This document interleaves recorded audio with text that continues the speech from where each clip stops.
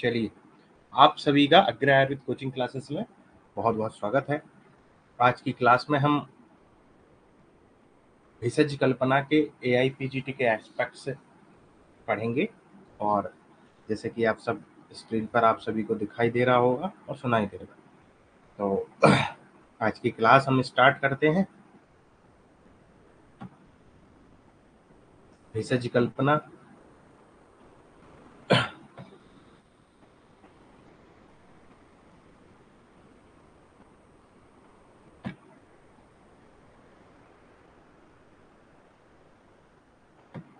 भेषज कल्पना तो शुरू करते हैं। भेषज कल्पना का व्यवस्थित व वैज्ञानिक वर्णन जो है आचार्य चरक ने चरक संहिता में चरक सूत्र 4 में मिलता है। भेषज कल्पना का जो उत्कृष्ट ग्रंथ है वो कौन सा है? सारंगधर संहिता है। भेषज वेद या भिषक वेद मतलब अथर्ववेद का पर्याय है। ठीक, तो ये तो आप सबको वैसे भी पता ही है कि आयुर्वेद का जो है अथर्ववेद का ही अंग है आयुर्वेद। इसके बाद है अथर्ववेद में औषधियों के 4 भागों में विभाजित किए गए हैं जिसका नाम है अथर्वणी, अंगऋषि, देविषि और मनुष्य, है ना, मानुषी। तो इसकी ट्रिक अगर आप देखो तो आ देवी माँ, अपन गाना गाते हैं आ देवी माँ, वैष्णो देवी का गाना है वो वाले गाने से ये ट्रिक है। आ फॉर अथर्वणी, आ फॉर अंगऋषि, आ फॉर देवी मतलब देवी और मानुषी मतलब माँ। ठीक है, ये आपके हो गए इसको याद करने की ट्रिक। इसके बाद भेषज कल्पना में सबसे पहले जो सबसे इम्पोर्टेंट चीज होती है भेषज की वो होती है औसत कब संग्रह करना है। पहले बनाने की बात तो दूसरी बात है, पहले कब हमें किसी भी चीज को पहले उसका जो रॉ मटेरियल है वो इकट्ठा करना होता है। तो ऐसे ही हमने इसको बनाया है, नोट्स में भी वैसे ही किया है कि सबसे पहले उसका संग्रह काल बताया है। तो एक ही जगह पे नोट्स पर संग्रह काल का सभी संहिताओं को दे दिया है। तो अपन एक एक कर सब कुछ पढ़ेंगे। जैसे कि चरक संहिता सबसे पहले, तो शिशिर ऋतु, ये हम सभी जो है ऋतु के अकॉर्डिंग ही पढ़ना है। तो किस ऋतु में किस किस भाग को हम संग्रह करेंगे औषधि का, वही सब हम इसको पढ़ेंगे। जैसे कि आचार्य चरक अनुसार शिशिर में मूल और बसंत में क्या है? शाखा और पत्र। शिशिर, वसंत, ग्रीष्म, वर्षा, शरद, हेमंत, ऐसे करके हम पढ़ते हैं हमेशा। ये सारे शिवग्री वशा है करके हम इसको याद रख सकते हैं, शिवग्री वशा है। फिर इसके बाद जो है चरक संहिता का मूल, सबसे पहले शिशिर जो है मूल कब करते हैं? शिशिर में करते हैं। शाखा पत्र कब? बसंत में करते हैं। मूल फिर से यहाँ पे दिया है क्योंकि ग्रीष्म में ही करते हैं मूल को भी, और वर्षा में फिर शाखा पत्र, और शरद त्वक, कंद और क्षीर, और हेमंत में साग। तो दो चीजें आ गई। तो हम इसको ऐसे याद कर सकते हैं क्योंकि मूल दो जगह पे है, शिशिर और ग्रीष्म में, तो शिशिर ग्रीष्म को हम दोनों को एक साथ लिख सकते हैं। तो SP है ना, SP नहीं, MSG से याद रखेंगे हम। M फॉर मूल, S for Shishir, G for ग्रीष्म। तो MSG से हम याद रखेंगे M फॉर मूल, S फॉर शिशिर, है ना, G फॉर ग्रीष्म। तो मूल को हम याद करने के लिए MSG करेंगे, मैसेज जैसे अपन टाइप करते हैं जो, उस टाइप से।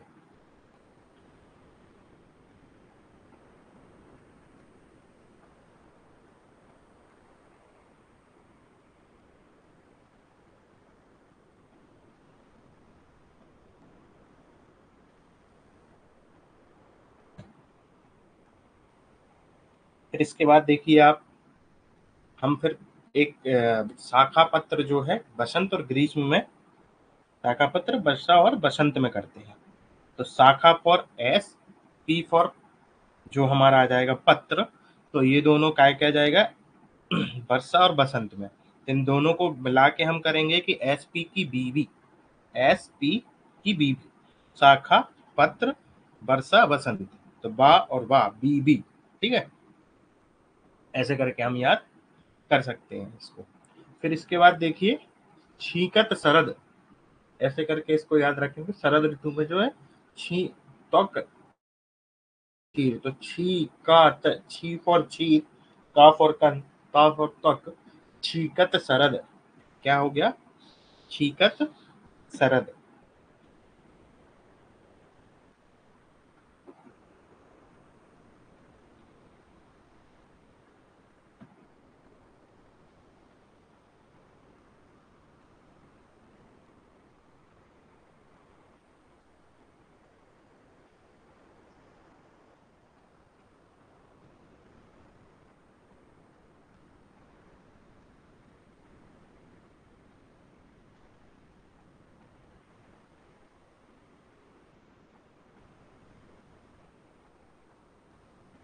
छीकत शरद, ठीक है। Hemant sir, Hemant sir, Hemant sir, सार फॉर सर कर लीजिए, हेमंत सर, ठीक है। इसको सार को सर कर लीजिए। ये हो गए आपके आचार्य चरक अनुसार।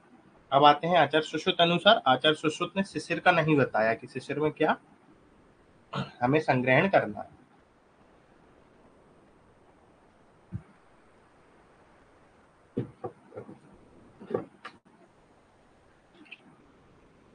अब बसंत है, बसंत में सार, ग्रीष्म में फल, वर्षा में मूल और पत्र,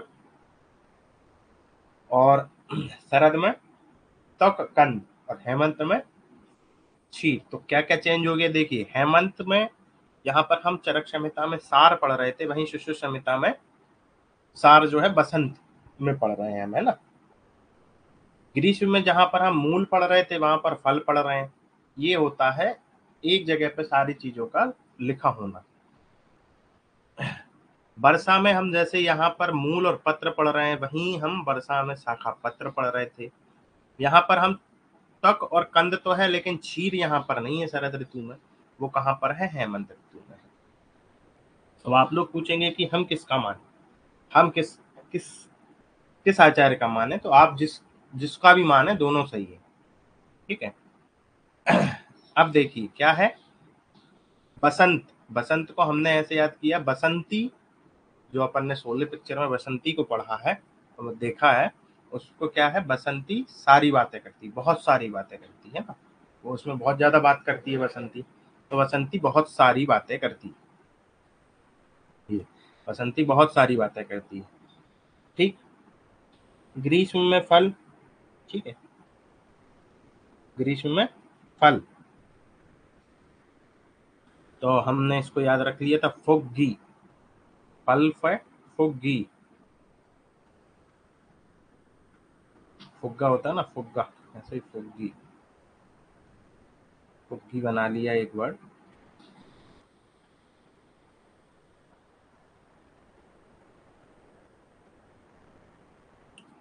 फिर आता है वर्षा। वर्षा में क्या, मूल और पत्र, है ना। इसमें एक चीज और, वर्षा के बाद इसमें प्राविट भी आएगा, है ना। आचार सुश्रुत संहिता के अनुसार यहाँ पर प्राविट भी आएगा, है ना। वर्षा के साथ साथ उसमें मूल और पत्र भी रहेगा। एमपी हो गया, मूल और पत्र, एमपी, और वीपी, एमपी वीपी, एमपी और वीपी, ऐसे याद रखा जाएगा। एमपी इनका, और वर्षा और प्राइवेट तो उनका वीपी, वीआईपी कर लो तो चाहो तो। आई से तो वैसे भी कुछ नहीं आता। MP VP. फिर आता है यहाँ पर छीकत, शरद की जगह पे यहाँ पर छीकत, तो ता यहाँ पे छी हट जाएगा, सिर्फ आ जाएगा कत, कत, ठीक है।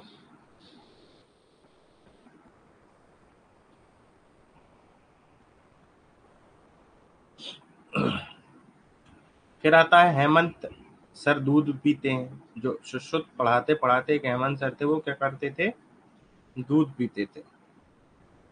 सुश्रुत पढ़ रहे हैं, साथ में दूध पी रहे हैं, तो ऐसे करके याद रख लीजिएगा। दोनों चीज, हेमंत वहां पे सर थे, यहाँ पे दूध पी रहा है। ठीक है। अब देखिए राज निघंटू जी के अनुसार आचार्य राज निघंटू क्या कह रहे हैं, शिशिर वसंत ग्रीष्म वर्षा शरद हेमंत। तो हम इसकी ट्रिक बना सकते हैं क्या,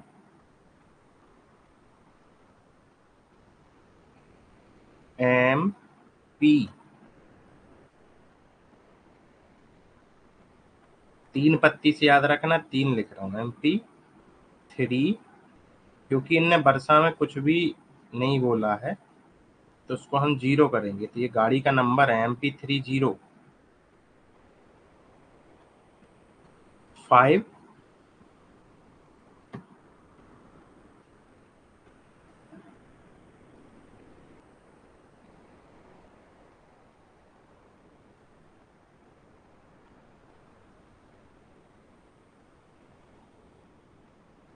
के। ठीक है, ये इनकी ट्रिक हो गई MP30 5 के। ये मतलब आपको एक नंबर याद रखना हमेशा के लिए, MP30 5 की। ठीक है, अब आगे पढ़ते हैं। ये हो गया आपका औसत संग्रह काल, किस किस आचार्य के अनुसार किस ऋतु में क्या आपको औसत का संग्रह करना है। इसको बार बार पढ़िएगा, याद होगा। और ट्रिक के अनुसार हमने बताया है, आप डायरेक्ट याद करना चाहें डायरेक्ट याद करिए, ट्रिक के अनुसार करना चाहें ट्रिक के अनुसार करिए, चॉइस आपकी है जैसे भी है। सारंगधर के अनुसार वमन और विरेचन द्रव्यों का संग्रह वसंत ऋतु के अंत में तथा अन्य द्रव्यों का संग्रह शरद ऋतु में सरस अवस्था में करना चाहिए, है ना। ब्रेक वमनार्थ चा वसंताते समाहरित। ठीक है, ये श्लोक बताया गया है, बसंत के अंत में हमको विरेचन और वमन की औषधियों का उपयोग करना है।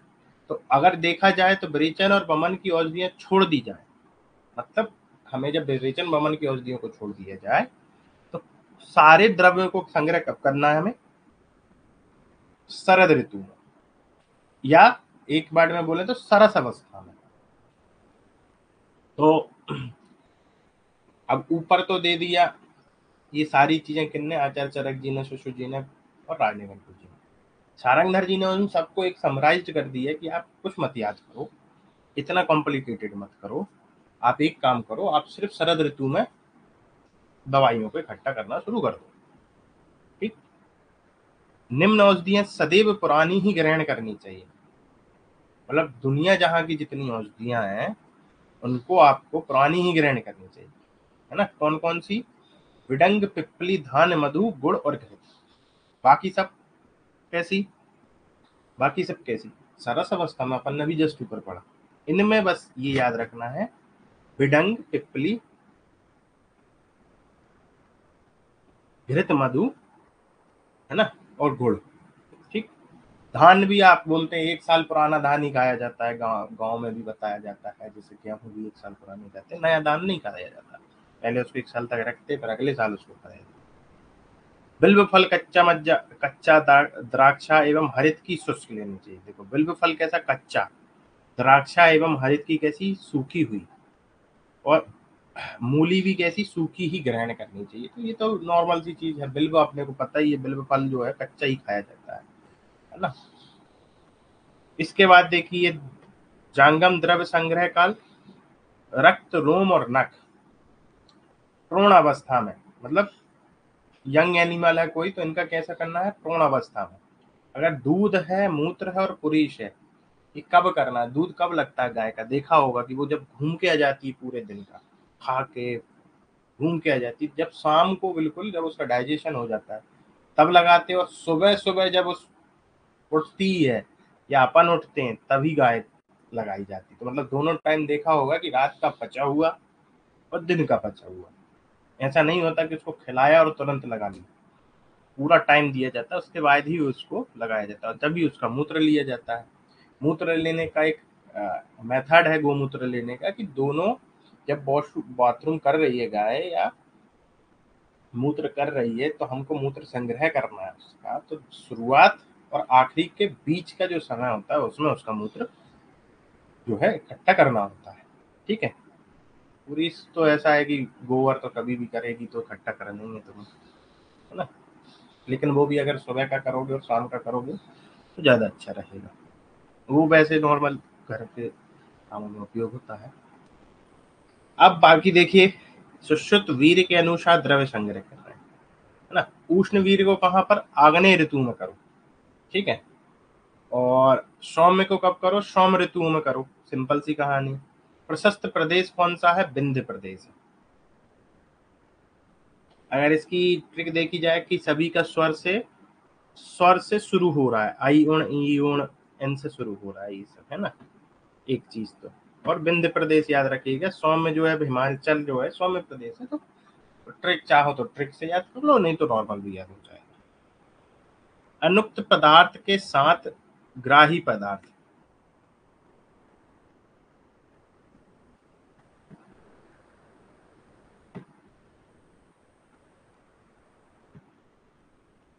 देखो काल, प्रातः काल, मतलब अनुक्त पदार्थ के स्थान पर ग्राही पदार्थ का मतलब क्या हुआ, मान लीजिए किसी चीज की जानकारी नहीं दी कि इसको कब खाना है, तो आप क्या डालोगे, आप कैसे पता चलेगा कि सुबह खानी, दोपहर खानी, शाम खानी, क्या खाना है ना। तो उसमें सिंपल सी कंडीशन है कि उसको भूल जाओ कि आप क्या खाना है। आप तो बस मान लीजिए एज अ वैद्य आपको पता होना चाहिए कि इसमें मुझे प्रातः काल ग्राही पदार्थ करना है ना। प्रयोजंग क्या है, मूल है। भाग क्या है, संभाग है। पात्र कैसा है, मृतिका पात्र है। मतलब अगर आपको प्रयोजन नहीं पता है तो आप आंख बंद करके उसके मूल का संग्रहण करिए और उसको उपयोग कराइए।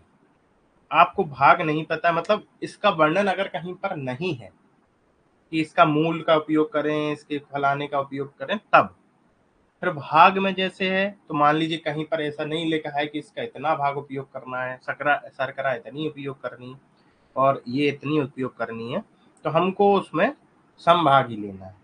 वैसे ही पात्र का उसमें वर्णन नहीं है तो हमको मृतिका पात्र लेना है। अगर द्रव का उसमें नहीं है कि उसमें ऐसा लिखा है कि द्रव में डाला जाए, तो बस अपन मान के चलिए उसमें जल की बात हो रही है। अगर कोई तेल का वर्णन नहीं है तो वो तिल तेल ही है। घृत का वर्णन नहीं है तो घृत गोघृत ही है। क्षीर नहीं है तो गो दुग्ध ही है। लवण का नहीं उसमें वर्णन है कहीं पर तो वो सेंधम नमक ही मान के चलना है। और यह क्षार जो है या वो क्षार ही मान के चले, मान लीजिए उसमें लिखा है क्षार का सेवन करना चाहिए, तो हम उसको मान के चलेंगे कि क्षार कौन सा, यव क्षार। किसी को कोई डाउट आ रहा हो तो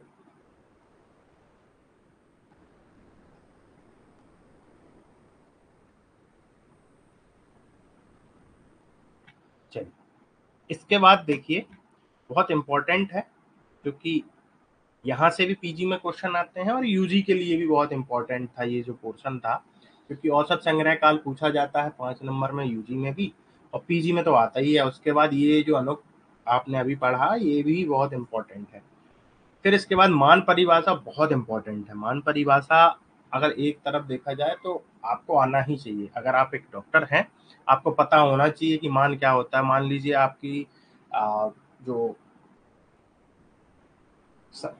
समिता है, समिता में वो मान कैसे दिए हुए हैं, उसमें तौला दिया है या सुक्ति दी हुई है, तो आप कैसे याद रखोगे आज की कंडीशन में ग्राम में कैसे देना है, एनजी में कितना देना है।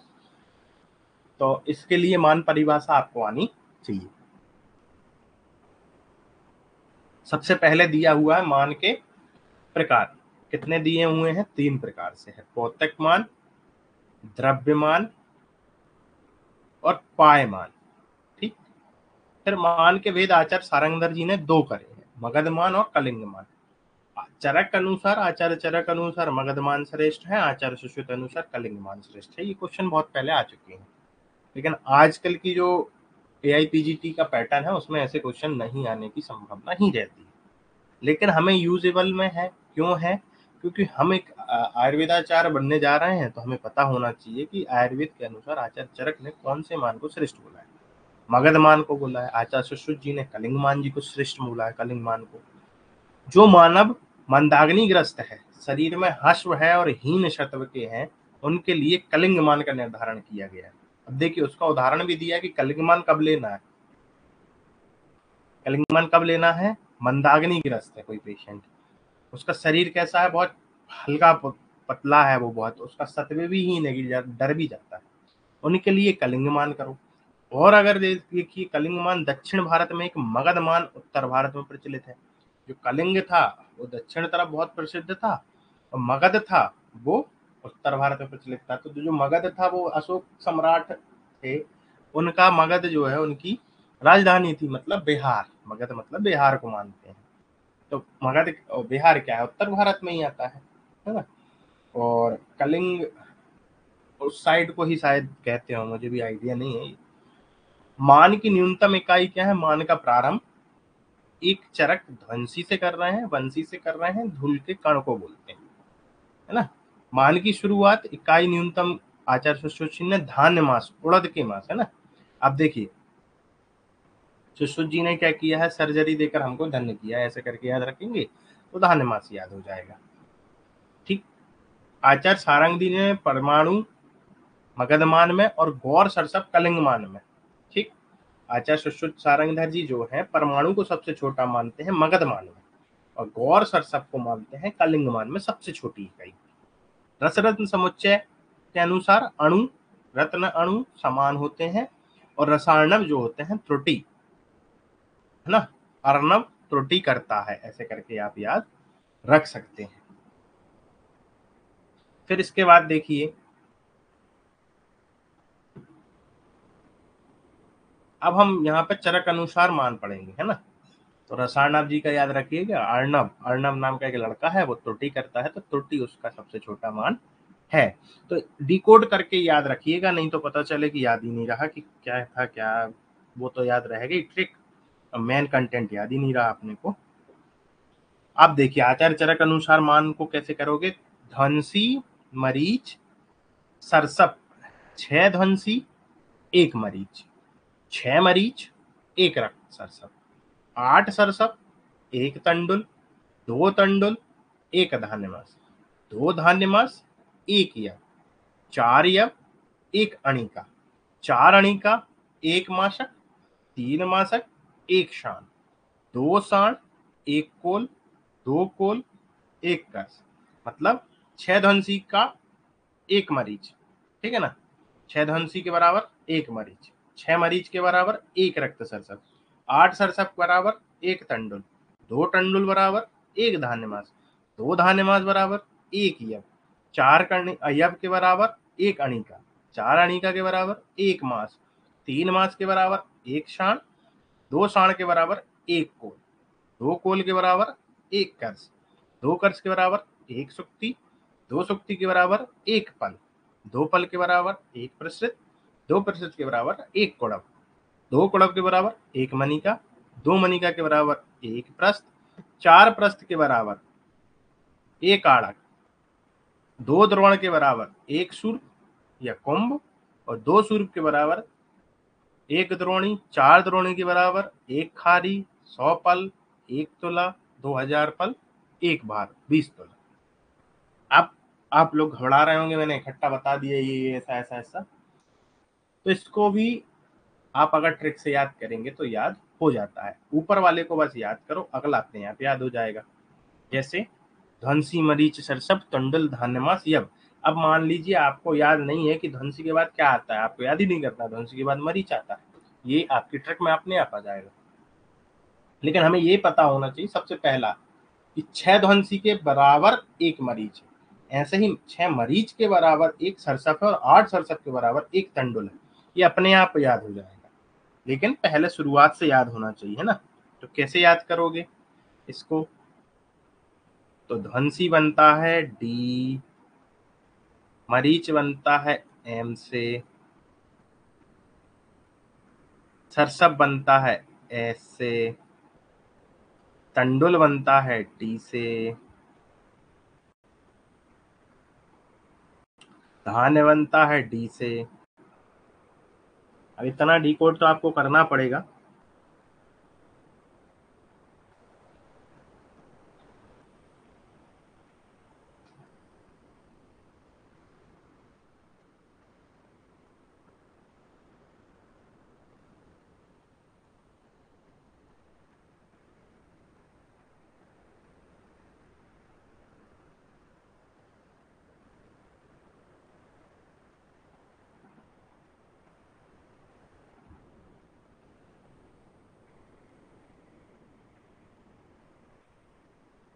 के बाद साण,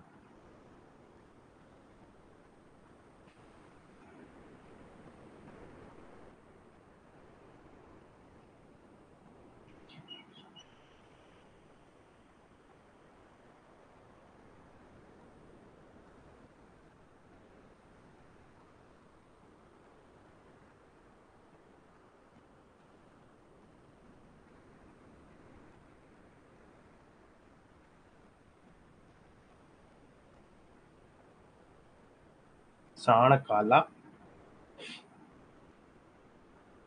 कर्स,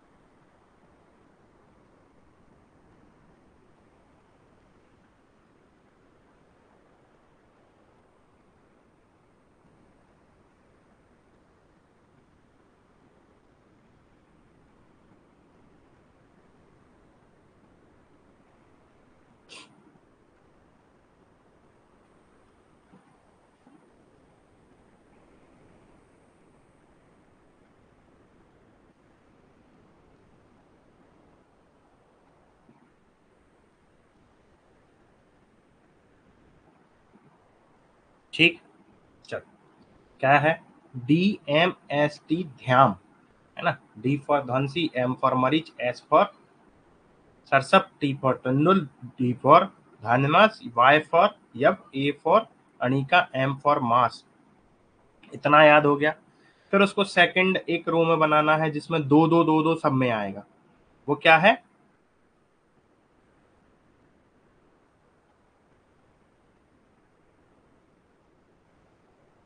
कर्स, SP, कर्स फॉर कर्स, सुक्ति से S आ जाएगा, P से पल आ जाएगा, पास से आ जाएगा, P फॉर प्रसृत, पास से, S फॉर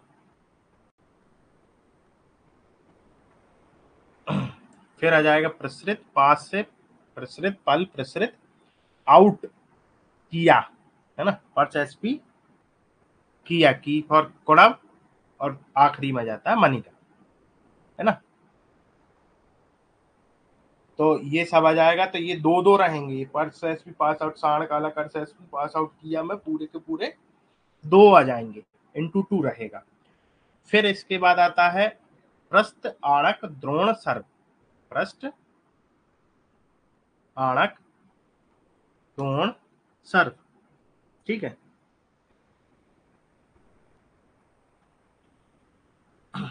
पृष्ठ आणक द्रोण सर्प का क्या जाएगा?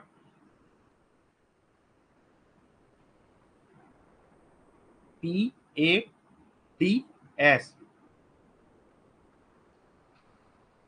D, ऐसे करके एक पूरा पैड्स करके बना लो, पैड्स डी, पैड्स डी, ऐसे करके पूरा बन जाएगा। तो ये टुकड़े टुकड़े में हो जाएगा। तो चार प्रस्थ, एक आड़क, चार आड़क, एक द्रोण, दो सुरपी, और दो सुरपी, सूर्प, चार द्रोणी, ऐसे करके याद हो जाएगा ये पूरा। तो 100 पल एक तोला, 2000 पल एक भाग, ये पूरा का पूरा ऐसे याद आप कर सकते हो। ठीक, आगे पढ़ते हैं। चरक ने मान का वर्णन कल्प स्थान 12 धृति द्रवंती अध्याय में किया है। फिर आता है चरक जी ने मान शुष्क द्रव्यों के लिए बताए हैं। चरक जी ने षोडशी का पल का पर्याय कहा है, और सारंगधर जी ने षोडशी का कर्स और षोडशी पल का पर्याय कहा है ना। षोडशी का आचार्य सारंगधर जी ने कर्स का, षोडशी पल का पर्याय, ध्यान रखिएगा ये चीज, ये क्वेश्चन आ सकता है। चरक जी ने अष्टमान प्रसृत का, सारंगधर जी ने कोडब का पर्याय कहा है ना। प्रसृत और सारंगधर जी ने कोडब, ध्यान रखिएगा दोनों, दो प्रसृत बराबर एक कोडब होता है ना। इसलिए सारंगधर जी ने उसको कुड़ब में दिया है अष्टमान को, और आचार्य चरक ने उसको प्रसिद्ध का बताया है ना। सारंगधर जी के अनुसार कलिंग मान में क्या है, 12 गौर सरसप एक यव, है ना, 12 गौर सरसप एक यव। फिर उसके बाद 2 यव 1 गुंजा, 3 गुंजा 1 बल्ल, 8 गुंजा 1 मास, 4 मास 1 साण, 6 मास 1 गधाड़, 10 मास 1 कर्ष, 4 कर्ष 1 पल, 4 पल 1 कुड़म। ठीक है।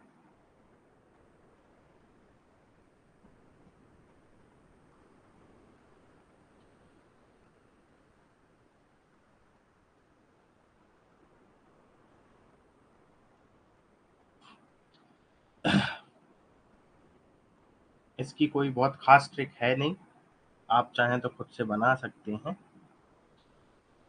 जैसे छोटी छोटी चीजें हैं, सरसप से यब, तो SYG, है ना, M, SYGM,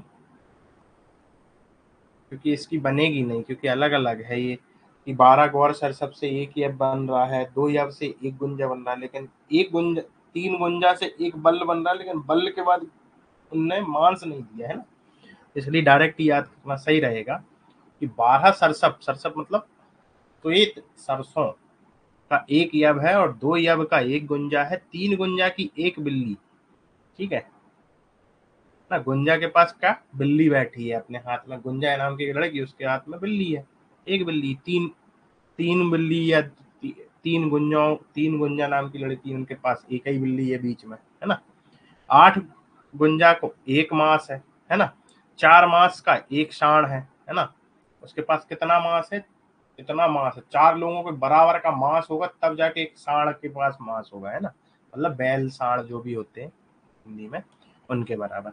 6 मास के बाद में एक गधा है ना, 6 मास इक्वल टू एक गधा, गधा याद कर लो, गधाण को। फिर आता है 10 मास का एक कर्ष है, 4 कर्ष का एक पल है, और 4 पल का एक कुड़ब है। ठीक है। सारंगधर जी के अनुसार कर्ष के पर्याय अक्ष, तिंदुक, उदुम्बर, सुवर्ण, पिचु, कवल ग्रह, बिडाल पत्र, किंचित पाणी, पाणी तल, पाणी मानिका, हंसपाद, कर मध्य एवं शोणसिका ये है। सभी को कर्ष अर्थात कसने से कोरिलेट करना है। जैसे अक्ष है, आंखों को कस सकते हो तुम, बहुत कस के आंख बंद कर लो, है ना। फिर उदुम्बर, उदुम्बर को भी कस सकते हो आप, है ना। सुवर्ण, सोने को भी कस सकते हो आप, पैच कस से कस दो।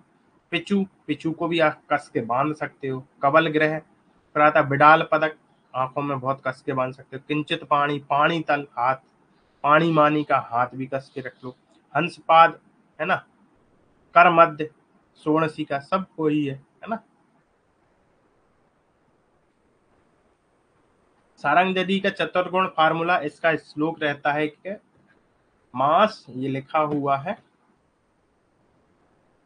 इसकी ट्रिक भी है, मास टंकण बिलवानी कुड़व प्रस्थाम आणिकम, राशि गौणी खारी के थी यथोक्तरे चतुर्गुणी, है ना, आचार्य सारंगधर जी का है ये।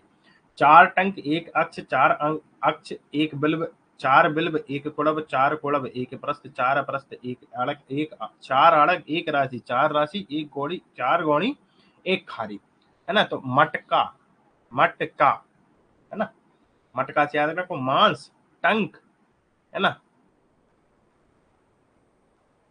टंक अक्षी, है ना, टंक से फिर अक्षी है, तो का से अक्षी आ जाएगा, मट, मां से आ जाएगा मांस, और टा से टंक। बिलवानी, कुड़ब प्रस्थान आड़ी के, तो बिकू, बीकू, बीकू, ठीक है। पारा, गोखारी है ना। मटका, बिकू, पारा, गोखारी है, ऐसा करके याद रख लेना। तो बी से आ जाएगा बिल्व, है ना, कू से कुड़ब, आ से प्रस्थ, आ से आड़क, रा से राशि, और गो से गौड़ी, खा से खारी, ठीक है, खारी है।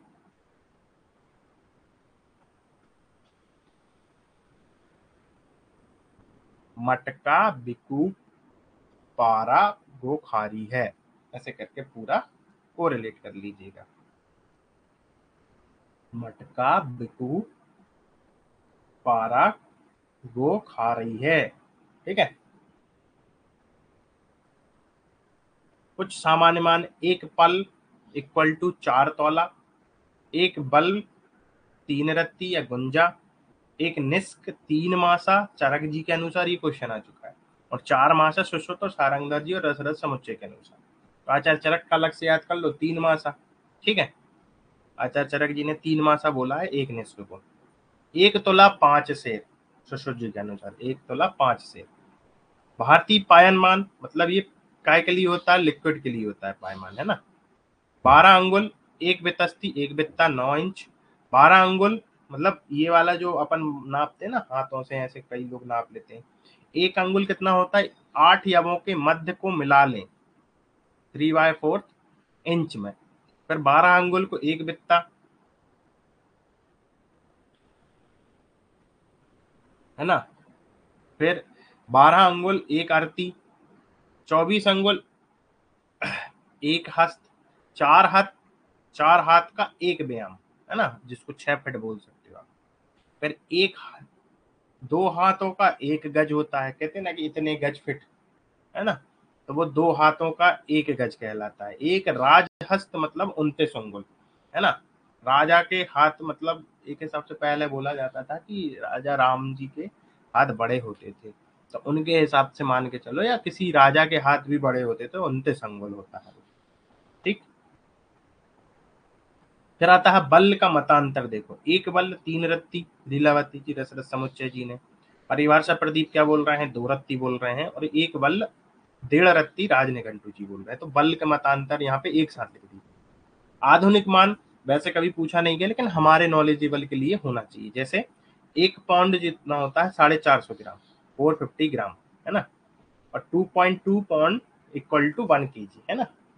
फिर 1 ड्राम, ग्राम नहीं ड्राम, ड्राम कितना, 4 ग्राम के बराबर, 60 ग्रेन होते हैं उसमें। 1 ग्राम में 15 ग्रेन होते हैं। 1 स्टोन 6.4 kg, 14 पाउंड होता है। 1 इंच में 2.5 सेंटीमीटर होता है। 1 फुट में 30 सेंटीमीटर होता है। 1 यार्ड में 90 सेंटीमीटर होता है। 1 माइल में 1.609 किलोमीटर होता है ना।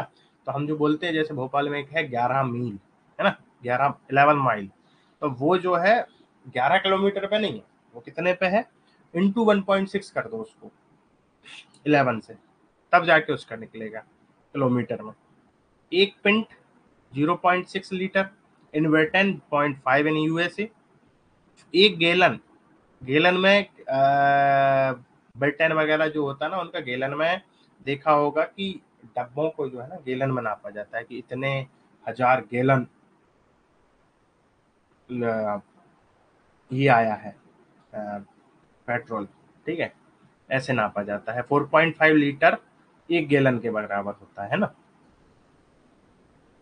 द्रव्यमान में अब एक जाओ, जैसे एक बिंदु तर्जनी के 2 परवों के द्रव पदार्थ में डुबाकर उठाने से गिरने वाली बूंद को, मतलब आपने क्या किया, तर्जनी को डाला किसी भी द्रव में, और कहाँ तक, 2 पर्व आपने डुबाए, तो उसको उठा के किसी के ऊपर डाला, तो वो जो गिरी हुई बूंद है ना, वो एक बूंद है, बिंदु है, बूंद भी नहीं, बिंदु। 8 बिंदु का होता है एक क्षण, मतलब द्रव पदार्थ का, है ना। और 32 बिंदु का एक सुक्ति, और 64 बिंदु का एक पानी सुक्ति। तो ये याद रखने का विषय है, तो इसको याद रखना है हमको। ठीक, ये क्वेश्चन आ चुके हैं। एक पानी सुक्ति उल्टा याद करो तो बहुत बढ़िया। पानी, एक पानी सुक्ति इक्वल टू, पहले पानी सुक्ति, फिर उससे छोटा सुक्ति, उससे छोटी साण, उससे छोटा बिंदु। तो 64 32 8, तो देखा जाए तो 4 का इंटू कर रहे हो आप, है ना। 4 का तो नहीं हो रहा है एक हिसाब से। 1 8 32 64, इसमें एक चीज ध्यान रखना, 16 नहीं है। ठीक, 16 नहीं है, कभी कभी क्या रहता है, याद रहता है 16 है ना, उसके बाजू में 16 लिखो, उसको क्रॉस मार दो, जिससे कि याद ही रहे। अब देखिए, बहुत इंपॉर्टेंट चीज है जिसको कहते हैं सावीरता अवधि, किसकी कितनी है। पंचवित कषाय कल्पना श्रद्धा सेवन, मतलब तुरंत सेवन करो। कल्क क्वाथ आस्यो चेतन क्षीरपाक तक्र दधि यूस यवागु खंड मांस लेप विलेपी और सत्तू। ठीक, तो कल के देखो, तुरंत आपने चटनी बनाई, कितने दिन रखोगे? एक दिन। क्वाथ बनाया, कितने दिन रखोगे? एक दिन। जो आजकल क्वाथ मार्केट में मिल रहे हैं वो अच्छे नहीं है, एक हिसाब से देखा जाए अपने आयुर्वेद के अनुसार। आस्यो चेतन ड्रॉप बनाया, एक दिन। क्षीर पाक, दूध तो एक दिन के बाद वैसे भी फट जाएगा, क्योंकि पहले नहीं होती थी ना फ्रिज। तक्र, एक दिन खट्टा हो जाएगा, दूसरे दिन। दधी, दूसरे दिन खट्टा हो जाएगा। यूज, दाल सड़ जाएगी। यबागु, सड़ जाएगा।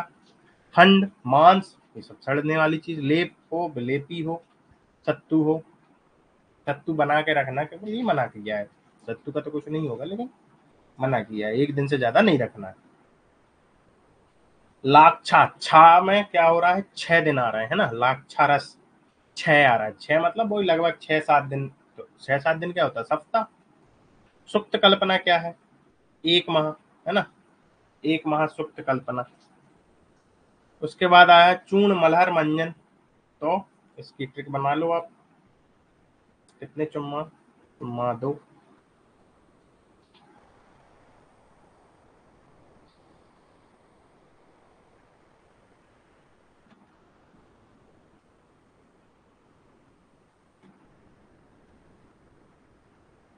ठीक, चुम्मा 2, चुम्मा 2, याद रखिएगा, चुम्मा 2 से मतलब 2 माह।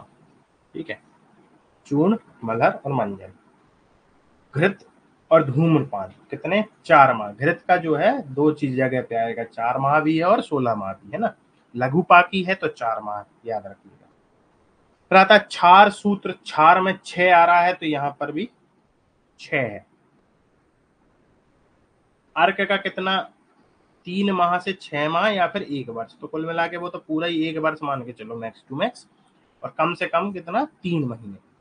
अर्नाल, कांजी, तूशोधक, इनका 6 माह है।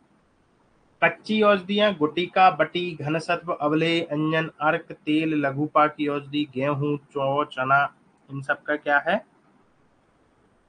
तो आप ये अर्नाल कांजी का 6 तुका याद रख सकते हैं। तुका, 6 तुका, 6 माह का 6 और तुका, है ना, 6 तुका।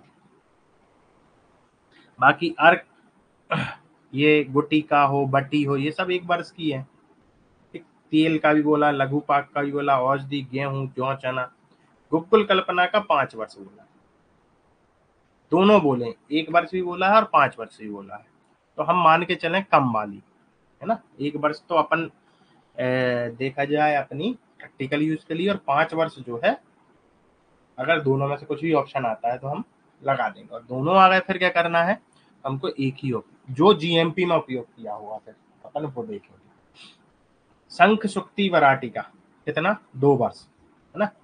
शंख सुक्ति वराटी का याद रखिएगा, शंख सुक्ति वराटी का कितना? 2 वर्ष। आसर, अरिष्ट, रस औषधि, जितनी पुरानी उतनी अच्छी। ठीक, तो ये हो गया आपका औषधि सवीरता अवधि। इनसे क्वेश्चन भी आता है। इनमें से जैसे घन सत्व पूछ लेंगे, आपको एकदम से याद नहीं आएगा, ज्यादा है तो लगभग सबके अलग अलग में अपन ने लगभग ट्रिक से याद कर लिया या कुछ ना कुछ कोरिलेट कर लिया, लेकिन इनमें अपन ने कोई चीज कोरिलेट नहीं की, तो ये याद रखने का विषय नहीं बनता है। आप 1 वर्ष वैसे भी लगा दोगे तो हो जाएगा। तो आज के लिए इतना ही, बाकी अगली क्लास में करते हैं।